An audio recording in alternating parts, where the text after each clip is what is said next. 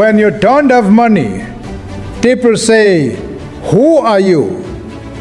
But when you have money, it's, "Hey, how are you? Long time no see. You look so beautiful, handsome, and amazing." That's the power of money. Mimi ni wa kawaida sana, na kama tungekuwa ni kundi la wanafunzi, ningetamani sana niwe na jina la mwanafunzi dhaifu. Sio mbabe wala sio mwanafunzi namba moja, ama si anayefanya vizuri kuliko wote. Natamani sana kukaa kiti cha nyuma ili nitolewe niitwe nije nikae mbele. Lakini naogopa sana kukaa kiti cha mbele na kuambiwa ustahili kukaa hapo hapo, anatakiwa kae fulani, nenda nyuma. Kwa hiyo mengine nafikiri inapaswa sana tumwachie Mwenyezi Mungu atuongoze.